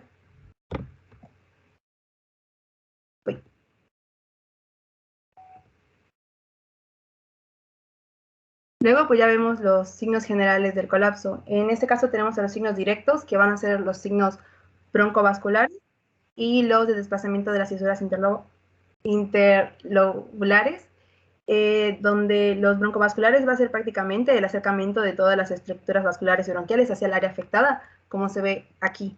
Aquí es una atelectasia del lóbulo superior. En este caso solo vamos a centrarnos en esto, luego vamos a ver las demás características. Y en la siguiente imagen tenemos el desplazamiento de las fisuras interlobulares, que en este caso la fisura menor de igual forma se desplazó de su forma habitual hacia arriba. por esta atelectasia del lóbulo superior derecho. Luego tenemos a los signos indirectos, donde está el aumento de la densidad del lóbulo afectado, que es la opacificación de los lóbulos afectados con el colapso, como se ve aquí, aumenta la densidad. Puede existir una elevación unilateral del diafragma, como se ve acá abajo, y puede que haya una desviación traqueal. Usualmente decía que esas se dan cuando hay un colapso superior. Entonces, este sería como, o sea, la tráquea debería estar un poquito acá, pero no siempre se podría observar. De hecho, creo que en radiografía más adelante es donde se ve. También puede haber un desplazamiento cardíaco, y este es más que nada en las atelectasias de lóbulos inferiores. Y también puede que haya un estrechamiento del espacio intercostal. Creo que aquí no se observa, creo que estaba en la foto. No. Sí, acá, estrechamiento de los espacios intercostales. Y luego tenemos el desplazamiento ileal, que pues va a ser hacia donde está la atelectasia. Si es en el lóbulo superior sube, o si es en el lóbulo inferior va a tender a deslizarse hacia abajo. Y también puede haber hiperinsuflación compensatoria de los lóbulos que no estén sufriendo colapso. Luego ya vamos a pasar a los signos particulares de cada lóbulo. Primero tenemos lo que es el lóbulo superior derecho, y pues usualmente decía que para las placas que se piden iban a ser en dos posiciones, posterior anterior, para el lóbulo superior derecho e inferior izquierdo, y lateral para los lóbulos medio y superior izquierdo, pero pues trajimos las descripciones en ambas radiografías para todos los lóbulos. En el superior derecho tenemos que en la posterior anterior, que son estas, va a haber un desplazamiento hacia arriba de la cisura menor, que usualmente se ve acá. Entonces esta tiende a subir, como se observa acá. Y también tenemos desplazamiento de la tráquea hacia la derecha, que aquí sí se observa más claro, y por aquí también. Y aquí se vuelve a ver igual el colapso. Y también decía que podía haber, cuando es un colapso por alguna obstrucción, por algún carcinoma bronquial, por ejemplo, está el signo que se ve acá de la S de Golden, donde esta parte la va a dar prácticamente la cisura menor, y acá la va a dar pues el carcinoma. Y también puede que el ilio suba en este caso. Se supone que se ve por acá, pero yo no lo vi muy claro. Sube hacia el lóbulo. Y luego en la lateral que está acá, se ve que hay un desplazamiento hacia arriba de la cisura menor, que es donde está esta flecha blanca. Y también el desplazamiento anterior de la cisura mayor, que usualmente debería estar como a esta altura, pero sube, que es la flecha negra. Y también decía que va a haber una densidad apical de forma triangular de base cóncava que va a ocupar todo el vértice derecho, que es por acá.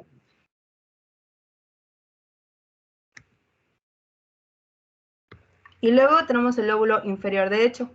Aquí en la posterior anterior, que es esta y esta de acá, se va a ver una densidad triangular con vértice en el ilio y base en la porción medial del hemidiafragma derecho, que es acá, la base, y en el vértice hacia el ilio, como se observa en la figura. Es lo mismo que está replicando aquí. El corazón puede que sea desplazado hacia el lado con pérdida de volumen, en este caso hacia acá. Sin embargo, dice que podría preservarse la silueta cardíaca. O sea, se ve aquí el colapso, pero la silueta cardíaca todavía se conserva aquí y acá abajo. También decía que incrementa lo que es la visibilidad de la cisura mayor en la proyección posterior anterior, que se supone que esta flechita blanca está señalando la cisura mayor. Y también te mencionaba que podía desplazarse la cisura menor hacia abajo, que de acá pasaría hacia aquí. Pero supongo que es esta, pero no sé cómo se diferenciaría de la mayor. Y también que desaparece la porción medial del diafragma, que es acá. O sea, se supone que se debe perder, aquí se ve un poco, pero acá sí se pierde por completo. Y se ve lo que es el signo de la silueta preservado que había mencionado, que es la silueta del corazón. Y luego en la lateral se va a observar lo que es el desplazamiento de la cisura mayor hacia abajo y hacia atrás, formando una pequeña densidad triangular en el ángulo cosofrénico posterior con el lóbulo completamente colapsado. O sea, se vería, o sea, la cisura esta se va a desplazar hacia abajo y se debe ver una imagen así, como se observan en el dibujo, que quedaría más o menos por acá, una densidad más blanca. Y así se observaría el colapso de este lóbulo.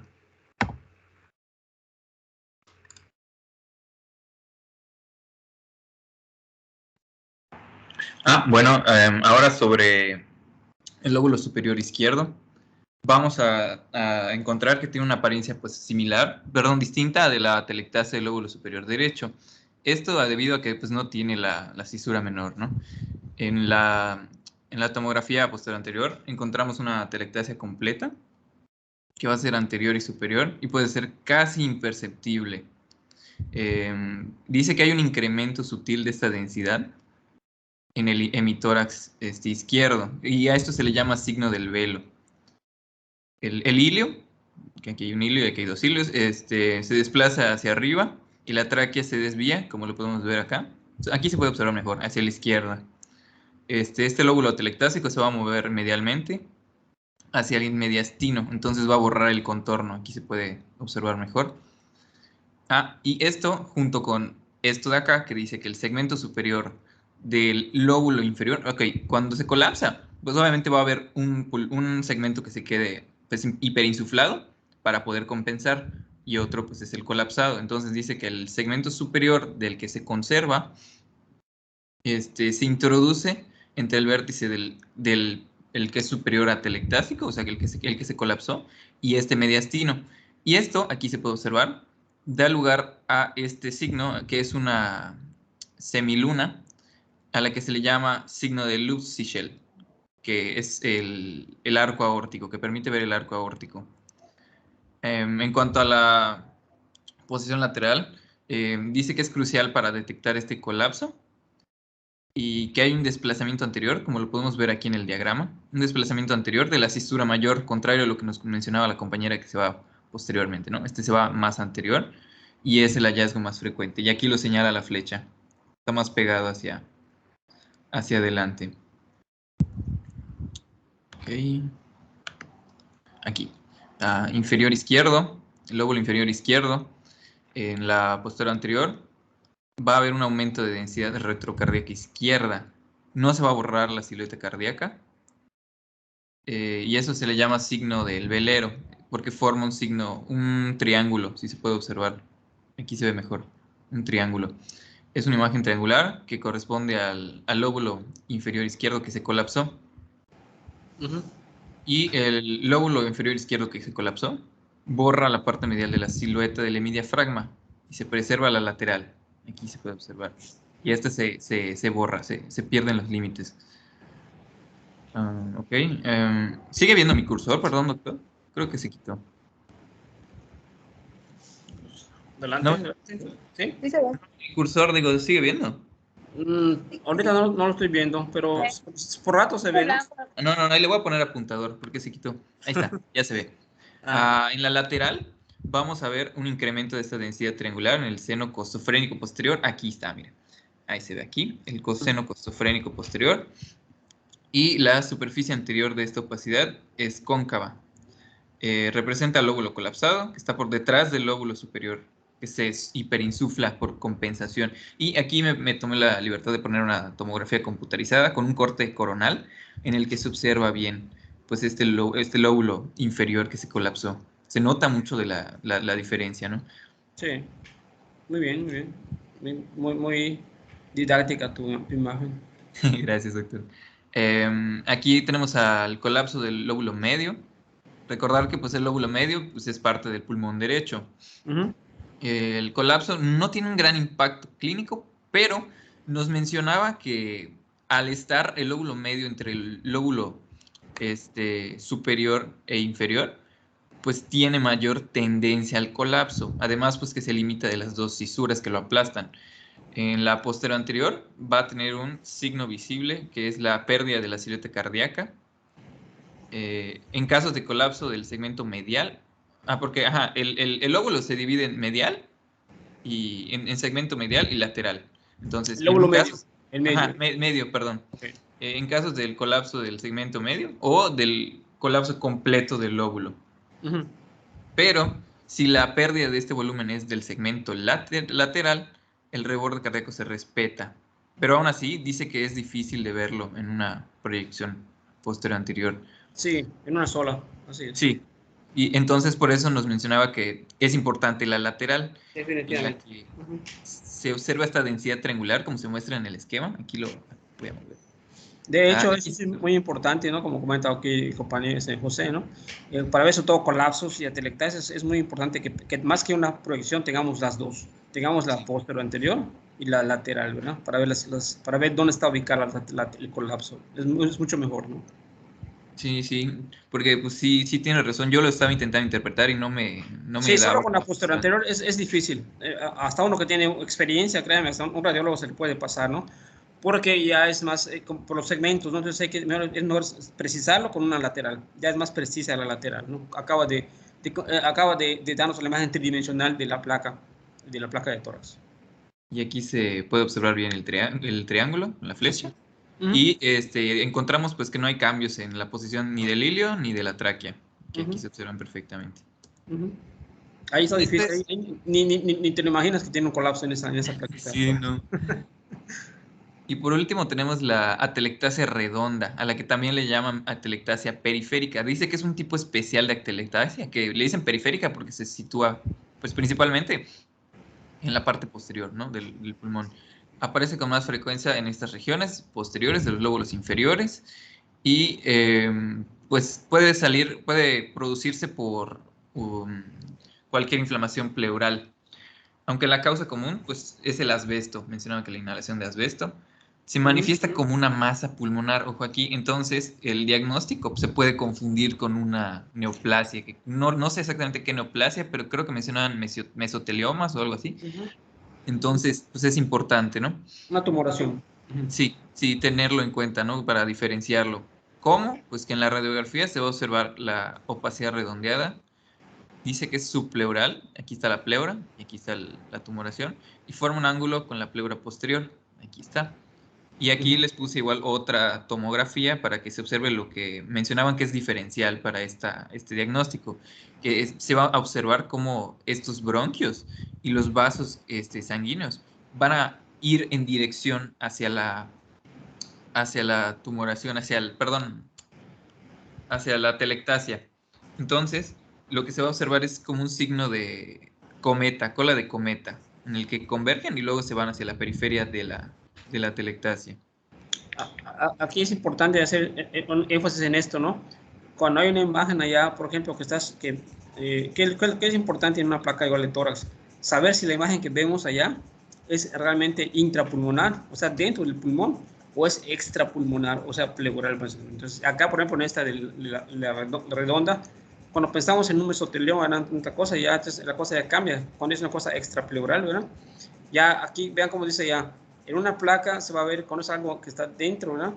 Del área del pulmón, se va a ver diferente a esto. Acá se ve todo, ¿cómo se llama? Vean cómo se ve acá. Ángulo agudo. Sí. Un ángulo, todo lo que sea un ángulo agudo, ¿verdad? Sí, vean, esa es la imagen clásica, vean cómo él lo está marcando ya, ¿verdad? Ahí está la pleura, entonces no es exacto. Exactamente. Muy interesante, muy bien. Muy bien. Vamos a ver si nos da tiempo. ¿Qué hora son las 8:30? Bueno, vamos a comenzar. Bueno, yo tengo una actividad ahorita que hacer. A ver hasta dónde podemos llegar. Vamos a avanzar un poquito más. Doctor, pues, ¿sí? Bueno, voy a tratar de ir rápido. Es el último tema este. Ok. Es el derrame pleural. Ok. ¿Puedes pasar, por favor? Bueno, con esto pues solo hay que tener en cuenta pues, la anatomía y la fisiología pues normal.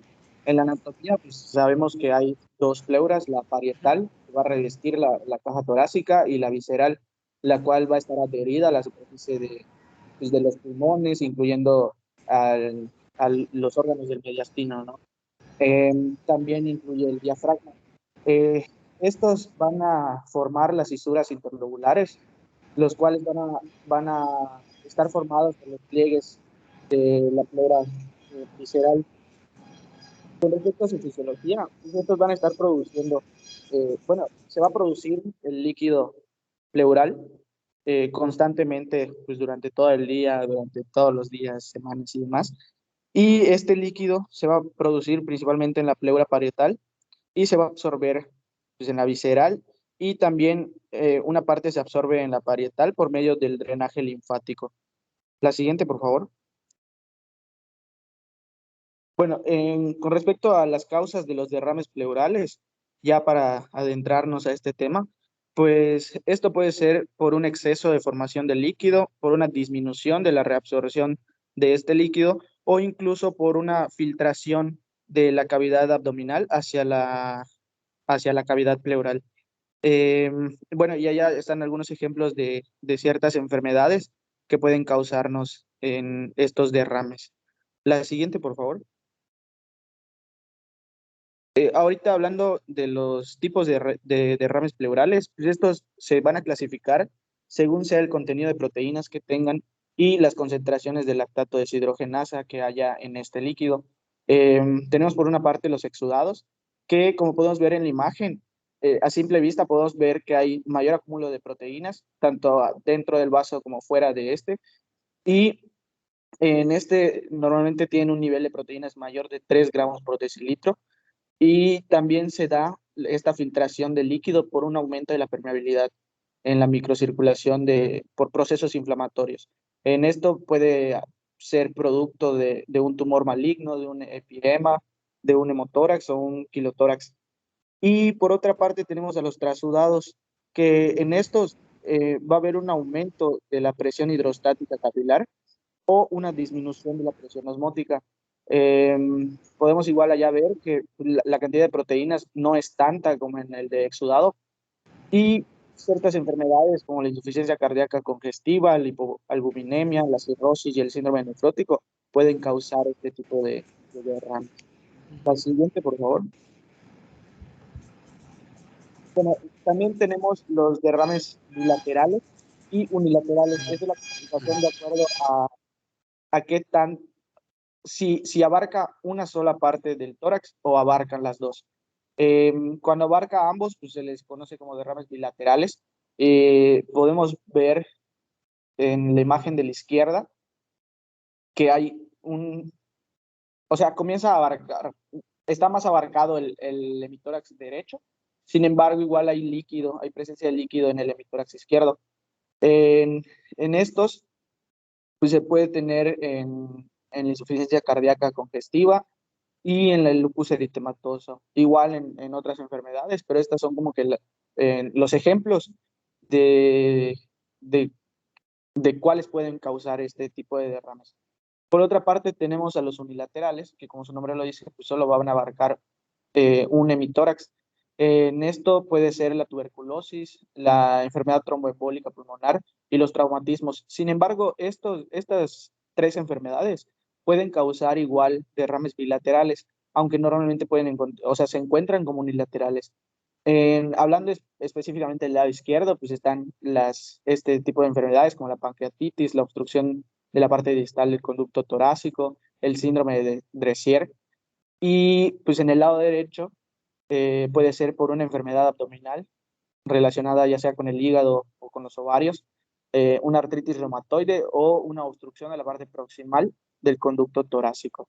Y allá en la imagen de la derecha podemos ver señalado con una flecha amarilla cómo se ve la infiltración de este líquido en el hemitórax izquierdo. La siguiente, por favor. Bueno, ahora para poder, esto es sumamente importante al momento de tomar ya sea una radiografía o una ecografía o demás, bueno, en este caso la radiografía, que van a haber factores que van a influir en cómo se coloca este líquido. Puede ser la posición del paciente, la gravedad, la cantidad de líquido que haya, o incluso el grado de retracción elástica del pulmón. Todos estos van a influir en la imagen. Por ejemplo, en esas 2 que tenemos ahí, es el mismo paciente con el mismo problema, con un derrame pleural. Sin embargo, en la imagen de la izquierda, en la A, podemos ver que hay pues, mayor opacidad. Esto quiere decir que el paciente se encuentra acostado. Entonces, por gravedad y por posición del paciente, el líquido tiende a irse hacia la parte posterior del hemitórax y por eso se ve de esta manera. Sin embargo, en la imagen de la derecha, es el mismo paciente con el mismo derrame, pero en posición erecta, está parado el paciente. Entonces, por gravedad, todo este líquido tiende a caer y por eso se ve el mayor acúmulo de líquido pleural en la parte inferior. La siguiente, por favor. Bueno, luego tenemos a los derrames subpulmonares. Como su nombre lo dice, estos se encuentran por debajo de los pulmones, de la base del pulmón, y nos dice que la mayoría de los derrames pleurales se van a iniciar, van a ser este tipo de derrames, van a iniciarse en una acumulación de líquido en el espacio pleural que queda entre la base del pulmón y el diafragma. Bueno, ahí está una tabla que pues dice todas las características que se ven en una proyección tanto frontal como lateral, ya sea del lado derecho o del lado izquierdo. En la siguiente, por favor. Bueno, en esta imagen se puede ver mejor cómo hay en el derrame subpulmonar izquierdo. Se muestra ahí con las flechas, tanto de las negras como las blancas, muestran que hay un acúmulo de líquido. Y en el lado derecho tenemos pues, el derrame subpulmonar derecho, que incluso en estos se puede ver en la imagen que está hasta la derecha. Es una imagen tomada lateralmente, donde se ve que la infiltración del líquido ya se encuentra muy hacia arriba, podemos pensar. Y esto más adelante vamos a ver porque el líquido va a tender a irse hacia los lados. También podemos ver que hay allá en las imágenes de la derecha, en la toma frontal, se ve como hay es un hemitórax aparente. La flecha negra es la que la muestra. Y hemidiafragma aparente, porque pues, aparenta ser el diafragma, pero no lo es, o sea, es el acúmulo de líquido que se ve ahí. La siguiente, por favor. Bueno, luego tenemos la obliteración de los ángulos costofrénicos. En cuando comienza a desarrollarse el derrame y comienza a avanzar, comienza a quedar más líquido en estos espacios. El líquido tiende a irse hacia la parte lateral, principalmente el seno costofrénico posterior, y esto se nota con pues, tal cual una obliteración. Podemos verlo allá en la imagen, en la imagen de la izquierda, perdón, en la flecha blanca se ve como una curvatura, ya no se encuentra el ángulo. Esto es debido al acúmulo de líquido, que ya se puede empezar a ver a partir de los 75 mililitros que tenga el hemitórax.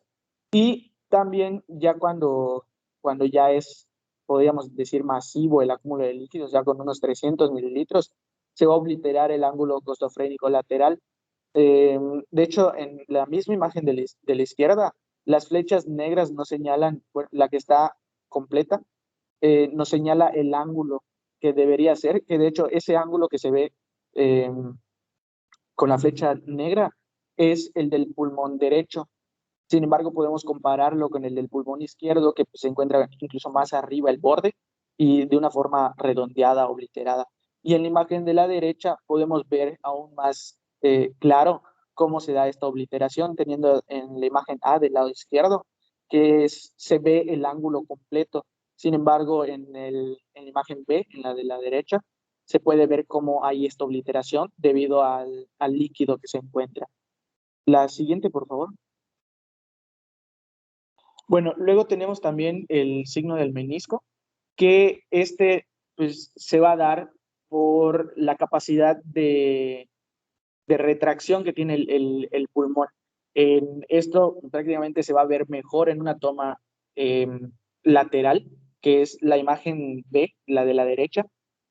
En ese se puede ver a través de las flechas blancas, perdón, cómo cuando se filtra el líquido, tienden a tomar este aspecto meniscoide, que es como en forma de U, más o menos. Ese es el signo del menisco que puede dar indicios para un derrame pleural. El siguiente, por favor. Luego tenemos la visualización del tórax en decúbito lateral. Esto nos va a servir para confirmar en qué lado se encuentra el derrame. Y esto, pues en sí no tiene mucha ciencia. Es más de que si recostamos al paciente en decúbito lateral derecho, si el líquido se encuentra en el hemitórax derecho, pues se va a ver como en la imagen de la izquierda, como todo este líquido se va hacia el lado derecho, hacia el borde derecho del hemitórax. Y esto, pues como vimos, de los factores que influyen, va a ser pues, por la posición del paciente, por la gravedad y demás. Y pues cuando se coloca del lado izquierdo, Entonces lo mismo, va a tender el líquido a irse hacia el lado izquierdo. El siguiente, por favor. Luego tenemos un hemitórax opacificado, que este ya es cuando el derrame se encuentra cubriendo totalmente un hemitórax. En este hemitórax opacificado, el líquido es tanto digamos, en este caso en la imagen se ve que hay un derrame pleural en todo el hemitórax izquierdo y este líquido por presión va a tender a mover todos los órganos. Por ejemplo, ahí podemos ver la tráquea en la flecha en la flecha superior, la negra. Podemos ver cómo la tráquea se encuentra desplazada hacia la derecha. Igual en la flecha de abajo se ve el borde del corazón, como ya se desplazó igual hacia el lado derecho, y todo esto por el acúmulo de líquido. Y sin embargo, en estos casos, la tomografía computarizada es la más usada para visualizar el pulmón subyacente. El siguiente, por favor. Luego tenemos a los derrames loculados. Estos derrames van a aparecer cuando haya adherencias. Estas adherencias van a limitar el movimiento normal que se tendría del líquido que se encuentra dentro del hemitórax. Y bueno, el derrame tiene una configuración o una localización poco habitual en el tórax, como se puede ver en el paciente. Por ejemplo, este es un paciente que está en bipedestación, está parado, y sin embargo, ver las fechas tanto en una toma frontal como en una lateral, como el derrame se sigue manteniendo en la parte superior del hemitórax. Y pues esto, si no fuera de esta forma, si no fuera loculado, si hubiera adherencia, todo este líquido caería hacia la parte del. Sin embargo, no es así, se mantiene en su lugar. También tenemos a los derrames laminares, que estos pues van a tener una característica muy particular, que es que el líquido va a aparecer en forma de una densidad y en banda a lo largo de la pared torácica, en la parte lateral. Allá podemos verlo en la imagen, como en la imagen A del SAD de la izquierda, se encuentra pues, perfectamente, podríamos decir, con todo el contorno, ¿no?, de la izquierda. Sin embargo, en la imagen de la derecha podemos ver con la flecha blanca que hay ya un espacio que tiene filtrado el líquido, y sin embargo se ve como es una línea así parejita que va de abajo hacia arriba, y ahí podemos decir que hay un derrame laminar. Estos son casi siempre el resultado de la elevación de la presión de la aurícula izquierda en una insuficiencia cardíaca congesta. La siguiente, por favor. Y luego tenemos a los pseudotumores estructurales. En estos hay que tenerlo muy en cuenta, porque se puede confundir con un tumor. Sin embargo, igual va a ser acúmulo de líquido. Estos van a ser conocidos también como tumores evanescentes. Estos suelen tener la forma de como si fuera un limón, y son acumulaciones de líquido pleural entre las capas de una fisura pulmonar interlobular o un área pleural por debajo de la fisura. Normalmente estos suelen ser derrames trasudados, que pues, casi siempre va a aparecer con una insuficiencia cardíaca. También van a tener una forma longitudinal, como les mencioné, una forma más o menos como de limón, y principalmente se van a encontrar en la fisura menor, probablemente el 75% de los casos. Agudos, y estos no tienden a desplazarse. Como vimos anteriormente, van a tender a mantenerse, incluso si nosotros no vemos al paciente, ya sea parado de lado, van a tender a quedarse en su mismo lugar. Y sí hay que tenerlo en cuenta para no confundirlo con tumores reales. Y del otro lado tenemos al hidroneumotórax, que este va a ser una combinación de un derrame pleural, el acúmulo de líquido, con un acúmulo de aire. Esto puede ocurrir, por ejemplo, en traumatismos, en una cirugía, traumatismo puede ser, por ejemplo, de hecho, la imagen que está abajo, según en su descripción, decía que es de un paciente que fue agredido con un arma blanca y se podía ver el libro de tórax.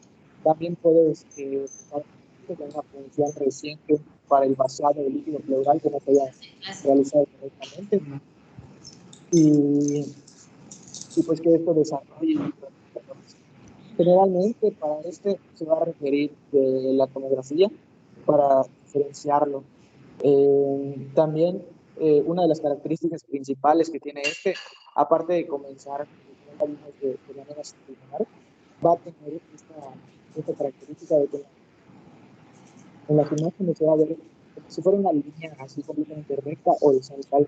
Y ahí se puede apreciar como, muy ligeramente como hay una capa de aire por encima de la del líquido. Y ese es el hidroneumotórax, es como se puede apreciar en una imagen. Bueno, muy bien, yo creo que vamos a dejar hasta aquí, ¿no? Porque sí, ya. Ahí está, muy bien. Sí, ya sería todo. Ok, muy bien, muy, me gustó esta ponencia, muy didáctica, muy completa, tanto la telectasia como las derrames, ¿no? Vieron muchos ejemplos, sobre todo de imágenes, que eso es lo importante, ¿verdad? Que veamos imágenes y acá eso hicieron mezclar las referencias, el texto, ¿verdad? O sea, los enunciados y con imágenes, ¿verdad? Muy representativas de las alteraciones, sobre todo de los derrames y de las atelectasias. ¿Alguna pregunta de todos los demás, de los equipos? 2, 3, 4, 5. ¿Algún comentario? No, doctor. ¿Quedó todo claro? Todo claro, doctor. Ok. Bueno, entonces, si no hay más preguntas, no hay preguntas ni nada, ya les pasé lista en Teams, ¿no? Para que no, ya se grabó el pase de lista. No se olviden. ¿Sí? ¿Qué pasó? Esta pregunta, ¿para cuándo son los cuestionarios 4, 5 y 6? Para esta semana, porque ya la otra vemos los otros dos que quedan, el 7 y el 8. Ya en la página inicial de mi área de gabinete, ahí van a ver que dice, el primer rubro es la bibliografía, ¿no? Luego siguen los 8 cuestionarios que ya les puse para que ustedes resuelvan. Luego sigue también la parte del temario, ¿verdad? Y luego viene lo que es ya la parte, el ADA. Ahí voy a ponerles un ADA 1, ¿verdad? De un trabajito ahí para que ustedes vean en una placa lo que van a buscar en una plaquita, como un trabajo, como una tarea. Ya la maestra Angélica del laboratorio, ya él le subió su ADA, me parece, ¿no? Creo que les dejó ya preparada su ADA a ella. Y luego ya la evaluación que vamos a tener el próximo viernes, ¿verdad? El 28, de la primera mitad, de toda esta primera mitad del curso, ¿de acuerdo? Estamos haciendo la evaluación y va a entrar hasta el tema de hoy, lo que vimos, perdón, lo que se vio hoy, pero de tórax y abdomen, hasta lo que es abdomen. Ya lo de ahorita, eso ya queda para la siguiente mitad. Entonces, empiezan a repasar, empiezan todos sus temas que vimos, ¿verdad?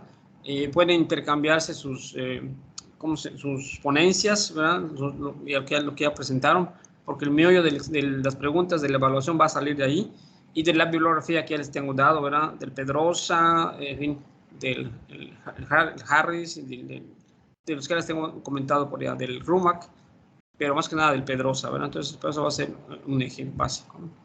Entonces, y sus ponencias, ¿verdad? De ahí va a salir también el grueso de las preguntas, porque pues ya están bastante completas sus ponencias, ¿verdad? Entonces, de ahí se pueden sacar los reactivos de esto, ¿verdad?